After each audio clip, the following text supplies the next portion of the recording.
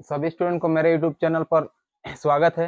आज जो टॉपिक पढ़ाने जा रहे हैं ये क्लास 10 का प्रमेय 6.1 है।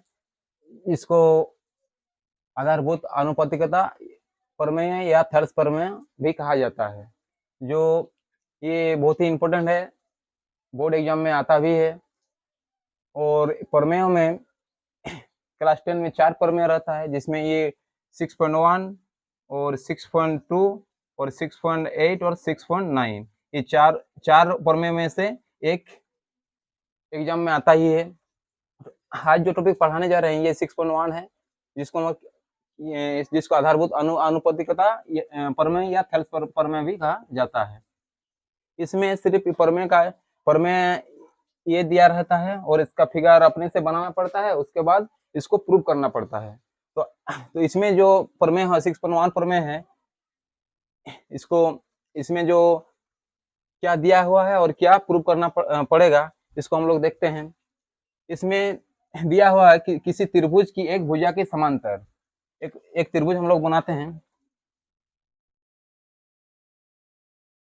ये एक त्रिभुज है, इसका नामकरण करते हैं, नाम है ए बी सी। ठीक है, किसी त्रिभुज की एक भुजा के समांतर ए बी सी भुजा के समांतर हम एक रेखा डी खींचते हैं। ठीक है, खींची गई रेखा, तो एक भुजा के समांतर हम लोग क्या खींचे, डी भुजा खींचे। ठीक है, खींची गई रेखा अन्य दो भुजाओं को जिन दो बिंदुओं पर प्रतिच्छेद करती है, ये दो भुजाओं को कहां पर प्रतिच्छेद कर रहा है, ये ए बी को डी पर और एसी को ई पर। ठीक है, और ये बिंदु भुजाओं को समान अनुपात में क्या करती है, विभाजित करती है। तो ये बिंदु क्या करेगा, ये भुजा को ए बी और एसी को समान अनुपात में क्या करेगा, विभाजित करेगा। ठीक है, तो इसमें प्रूफ करने के टाइम इसका जो स्टेप होता है, फर्स्ट स्टेप होता है, पहला स्टेप होता है, इसमें जो प्रमेय में दिया हुआ रहता है उसको हम लोग क्या करते हैं, लिखते हैं। ठीक है, इसमें जो दिया हुआ है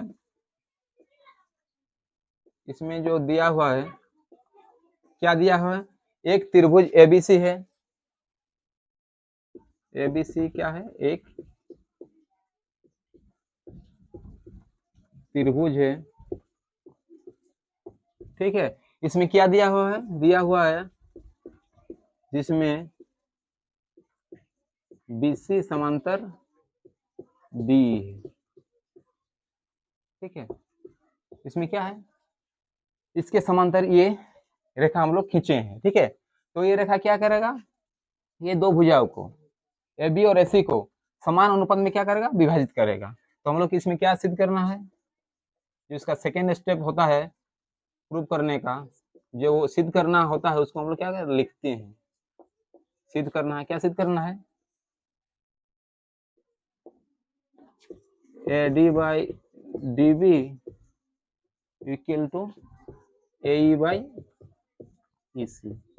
ठीक है, ये दिया हुआ है और ये हम लोग को क्या करना है, प्रूव करना है, सिद्ध करना है। ठीक है, ये सेकेंड स्टेप है किसी भी क्वेश्चन या प्रमेय को प्रूव करने का। ये सेकेंड, पहला क्या लिखते हैं हम लोग, जो दिया हुआ रहता है प्रमेय में या किसी क्वेश्चन में उसको लिखते हैं अच्छी तरह से, उसके बाद जो सिद्ध करना होता है उसको हम लोग लिखते हैं। ठीक है, उसके बाद क्या करना, इसमें हम लोग कुछ अपने से रचना करेंगे। क्या रचना करते हैं, बी से ई को मिलाते हैं और सी से डी को मिलाते हैं। ठीक है, रचना करते हैं, बी से ई तथा सी से डी को मिलाया और हम लोग ई से एक शीर्षलंब खींचेंगे, लंब एम नाम, इसको नामकरण करते हैं, इसको एन। ठीक है, तो क्या खींचे, ई एम शीर्षलंब लंब ए बी के ऊपर, ए बी भुजा के ऊपर, तथा डी एन लंब किसके ऊपर हम लोग खींचे, एस सी के ऊपर खींचा। ठीक है, तो इस प्रमेय में क्या फर्स्ट जो दिया हुआ क्या दिया हुआ इसमें एबीसी एक त्रिभुज है, इसमें क्या दिया हुआ है बीसी भुजा के समांतर डी दिया हुआ है, ये एक रेखा है और क्या सिद्ध करना है, ये रेखा ये दो भुजा को एबी और एसी को समान अनुपात में क्या करेगा विभाजित करेगा, यानी एडी बाई डीबी और ए बाई ईसी, इसको हम लोग क्या करना है, इसको सिद्ध करना है।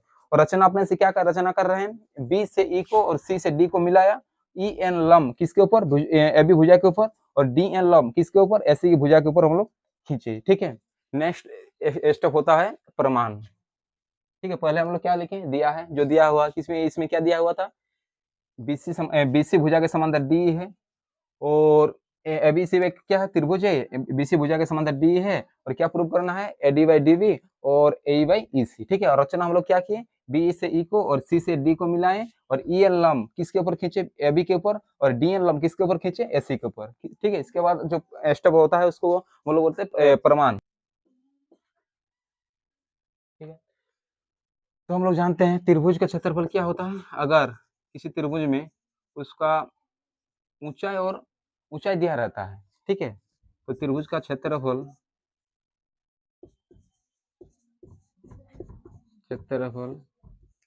क्या होता है, अगर किसी त्रिभुज में उसका क्या दिया रहता है, ऊंचाई दिया रहता है, उस होता है 1/2 आधार गुना ऊंचाई,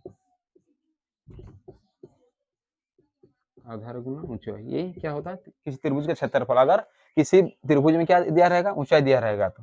ठीक है, तो हम लोग फर्स्ट पहला लेते हैं, ये वाला त्रिभुज लेते हैं, त्रिभुज ए डी बी, इसका क्षेत्रफल क्या होगा, लिखते हैं एरिया ऑफ त्रिभुज ए डी ई।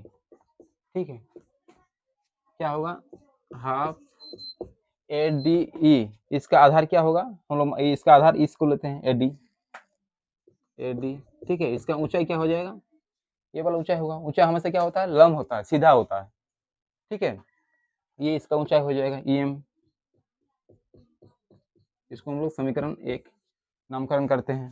उसके बाद ये वाला त्रिभुज को लेते हैं B D E, area of त्रिभुज बी डी ई। ठीक है, हाफ गुना इसका आधार ये हो जाएगा बी डी या डी वी जो भी लिखते हैं, बी डी गुना इसका भी ऊंचाई क्या हो जाएगा, यही हो जाएगा क्योंकि किसी भी त्रिभुज का ऊंचाई हम लोग किसको मानते हैं, उसको शीर्षलंब को मानते हैं, और इसमें क्या बी डी ई में इसका शीर्षलंब नहीं दिया हुआ, इसको अगर ये भुजा को हम लोग बढ़ाते हैं और शीर्षलंब खींचते हैं तो ये वाला उसका क्या हो जाएगा, हाइट हो जाएगा, ये भी इसका क्या हो जाएगा, ऊंचाई हो जाएगा। ठीक है, ठीक है, अभी हम लोग समीकरण 1 और जो 2 आया उसको क्या करते हैं, हम लोग डिवाइड करते हैं, भाग करते हैं, समीकरण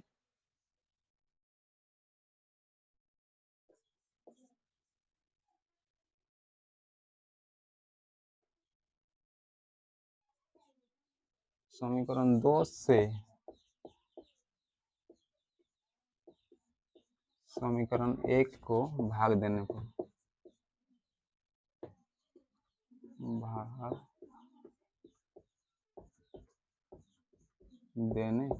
ठीक है, समीकरण क्या 2 से समीकरण 1 को, समीकरण 1 क्या था, ये वाला था, इसका एरिया ऑफ त्रिभुज ए डी ई। ठीक है, और समीकरण 2 में क्या था, एरिया ऑफ त्रिभुज बी डी, एरिया ऑफ त्रिभुज बी डी ई। ठीक है, इसका एरिया क्या था, हाफ गुना आधार गुना ऊंचाई, और इसका क्या था, हाफ गुना आधार गुना ऊंचाई, ऊंचाई तो सेम ही था, एम ही था, यहाँ पर क्या कैंसिल हो जाएगा, हाफ हाफ कैंसिल हो जाएगा, ई एम कैंसिल हो जाएगा, ए डी बाई क्या होगा, बी डी या डी बी जो भी लिखते हैं। ठीक है, तो ये इसका एरिया का, दोनों एरिया का अनुपात क्या आया, एरिया ऑफ त्रिभुज ए डी और एरिया ऑफ त्रिभुज बी डी ई। ठीक है, ये वाला आया, तो इसको हम लोग समीकरण 3 देते हैं। ठीक है, इसी प्रकार हम लोग ये वाला लेते हैं ए डी, इसी प्रकार यहाँ से हम लोग क्या आया, यहाँ से ये वाला त्रिभुज लिए, त्रिभुज ए डी ई और बी डी ई, दोनों का एरिया को हम लोग डिवाइड करने से क्या आ रहा है, एडी बाई डीबी या बीडी, जो भी लिखते हैं एक ही है नामकरण, तो ये आया। ठीक है, और इसी प्रकार अगर हम लोग ये वाला ट्रायंगल लेते हैं एडीई और सीडीई, ठीक है, तो क्या आ जाएगा इसी प्रकार, और डिवाइड करते हैं तो क्या आ जाएगा, इसका ये वाला क्या होगा, लंब हो जाएगा। इसी प्रकार हम लोग त्रिभुज एडीई और एरिया ऑफ त्रिभुज किसका, सीडीई का, इसको ये वाला को आधार मानते हैं और इसको लंब मानते हैं, तो इसका आधार हाफ गुना आधार ए हो जाएगा, और इसका शीर्ष लंब क्या होगा, डी एन, और नीचे वाला का इसका आधार ई सी, और इसका लंब भी डी एन हो जाएगा, D N cancel, half of cancel, इसका आ जाएगा ए ई बाई ई सी। तो एरिया ऑफ त्रिभुज ए डी ई और एरिया ऑफ त्रिभुज सी डी ई, दोनों का अनुपात क्या आया, ए ई बाई ई सी आया, ये समीकरण 4। ठीक है, तो हम लोग क्या लिए पहले, फर्स्ट लिए पहला ये वाला ए डी ई और बी डी ई, तो इसका दोनों एरिया, दोनों त्रिभुज का क्षेत्रफल का अनुपात क्या आया, A D by B D या डी बी, ये वाला आया। और एक बार लिए ए डी ई और सी डी ई, इसका अनुपात क्या आया, ए ई बाई ई सी आया। ठीक है, तो यहाँ पर ये वाला समीकरण 3 आया और ये वाला समीकरण क्या आया, 4। तो यहाँ पर हम लोग देखने से क्या पता चल रहा है, मतलब दोनों में त्रिभुज एडी, इसमें भी एडी है, कॉमन है, और नीचे वाला ये वाला इसमें अलग है, बी डी है, और ये इसमें क्या है, सी डी है। ठीक है, तो अगर ये दोनों में ये ऊपर वाला तो क्या है, समान है, इक्वल है, और अगर नीचे वाला ये वाला अगर क्या हो, समान हो जाता है तो क्या होगा, पूरा इसका रेशियो अनुपात क्या हो जाएगा, समान हो जाएगा। ठीक है, तो यही देखना है समीकरण 3 में, इसका ऊपर एडी त्रिभुज एडी एडी ही है और इसमें भी एडी है, नीचे बी डी है और ये सी डी है। ठीक है, अब देखना होगा कि इसमें ये त्रिभुज बी डी ई और सी डी, ये दोनों त्रिभुज किस पर, कहाँ पर स्थित है, देखिए यहाँ पर है, एक ही आधार डी आधार पर स्थित है, त्रिभुज बी डी ई और त्रिभुज सी डी, एक ही आधार डी ई पर स्थित है, और दो समांतर रेखा बी सी और डी के बीच में स्थित है। तो ये होता है, ये 9 क्लास में ये प्रमेय था कि अगर दो त्रिभुज एक ही आधार और दो समांतर रेखाओं के बीच स्थित होता है तो दोनों त्रिभुज का क्षेत्रफल क्या होगा, बराबर होगा। ये दोनों त्रिभुज का क्षेत्रफल क्या होगा, बराबर होगा। तो ठीक है, तो इसको हम लोग लिखेंगे, क्योंकि त्रिभुज बी डी ई और त्रिभुज सी डी ई एक ही आधार डी ई और समांतर रेखाएं BC तथा DE के बीच स्थित है। तो क्या होगा, अगर दो त्रिभुज एक ही आधार और दो समांतर रेखाओं के बीच स्थित होगा तो दोनों त्रिभुजों का क्षेत्रफल क्या होगा, बराबर होता है। ठीक है, तो दोनों त्रिभुज बी डी और सी डी, दोनों का त्रिभुजों का क्षेत्रफल क्या होगा, बराबर होगा। तो हम लोग क्या लिख सकते हैं, एरिया ऑफ त्रिभुज बी डी ई और एरिया ऑफ त्रिभुज क्या, सी डी ई, दोनों का एरिया क्या हो, बराबर हो जाएगा। इसको समीकरण हम लोग 5 देते हैं नाम, समीकरण 5। ठीक है, और हम अभी हम लोग क्या करेंगे, समीकरण 3, 4 और 5 को देखेंगे। 3 में क्या था और 4 में क्या था और 5 में क्या था, दोनों को अगर हम लोग कंपेयर करेंगे तो उसमें पता चलेगा कि समीकरण 3, 4 और 5। ठीक है, समीकरण 3 में क्या था, समीकरण 3 में था एरिया ऑफ त्रिभुज A D E by area of त्रिभुज बी डी। ठीक है, क्या था, A D by D B लिखते हैं, BD लिखने से चलेगा और DB लिखने से चलेगा। और एरिया ऑफ त्रिभुज क्या था, ADE था, और एरिया ऑफ त्रिभुज क्या था, CDE था। इक्वल टू इसका इसमें रेशियो क्या था, AE/EC था। ठीक है, ये समीकरण 3 था, ये समीकरण 4 था, और ये समीकरण 5 है। इसमें क्या है, ऊपर में दोनों में, ऊपर में क्या है, एरिया ऑफ त्रिभुज ADE है, और नीचे में BD है और CD है। और ये दोनों क्या हम लोग यहाँ पर क्या दिखाएं, दोनों बराबर दिखाएं। तो ये दोनों का, ये इसका ये वाला अनुपात और ये वाला अनुपात क्या हो जाएगा, बराबर हो जाएगा। तो हम लोग क्या समीकरण 3, 4 और 5 से लिख सकते हैं क्या, एरिया ऑफ त्रिभुज ADE बाय एरिया ऑफ त्रिभुज BDE equal to area of त्रिभुज ADE बाय एरिया ऑफ त्रिभुज CD, दोनों का अनुपात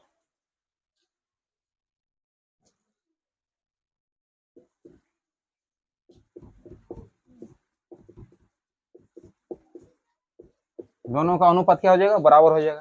ठीक है, तो अगर बराबर होता है तो इसका अनुपात हम लोग के समीकरण 3 में क्या निकला था, AD/DB इक्वल टू AE/ क्या, EC। ठीक है, ये हम लोग का प्रूव करना था, ये प्रूव हो गया, सिद्ध हो गया। ठीक है, तो ये समीकरण, ये प्रमेय सिद्ध हो गया। तो इसमें एक भुजा के समांतर एक रेखा दिया हुआ था, और वो समांतर रेखा बाकी दो भुजाओं को क्या कर रहा है, प्रतिच्छेद कर रहा है। तो किस टाइप से प्रतिच्छेद करेगा, दोनों भुजाओं को समान अनुपात में क्या कर रहा है, विभाजित करेगा। तो यहाँ पर ये समांतर ये दिया हुआ था, और क्या कर रहा है, ये DAB और AC को समान अनुपात में क्या कर रहा है, विभाजित कर रहा है। देखिए आ गया AD/DB और AE/EC। ठीक है, और ये बहुत ही इंपॉर्टेंट क्वेश्चन है। हम बोले कि क्लास 10 में जेक बोर्ड में जो बोर्ड परीक्षा होता है उसमें 4 प्रमेय है, 6.1, 6.2, 6.8 और 6.9। ये वाला प्रमेय, थेल्स प्रमेय भी कर सकते हैं इसको, और आधारभूत अनुपातिकता प्रमेय भी कहते हैं। और 2 नंबर वाला 6.2 वाला है समरूप त्रिभुजों का, ये है पाइथागोरस, और ये पाइथागोरस का विलोम है। ये 4 में से एक एग्जाम में आएगा ही। ठीक है, इसलिए बहुत ही इंपॉर्टेंट क्वेश्चन है क्लास 10 के लिए, बोर्ड एग्जाम के लिए। सभी स्टूडेंट ध्यान से इसको समझना है और अच्छे से प्रैक्टिस करना है, ताकि एग्जाम में अगर आए क्वेश्चन तो नहीं छूटना चाहिए। ठीक है, और नेक्स्ट वीडियो में हम 6.2 का प्रमेय, समरूप त्रिभुजों का क्षेत्रफल का प्रमेय कराएंगे। धन्यवाद।